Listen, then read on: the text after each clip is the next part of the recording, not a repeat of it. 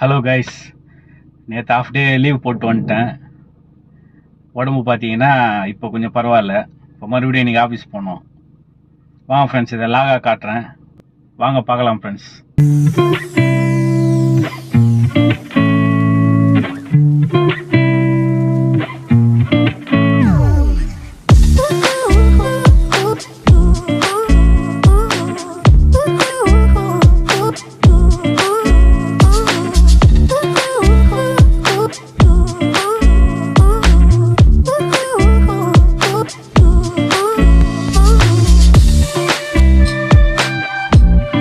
Hello guys, snacks கொஞ்சம் வாங்கிட்டேன்.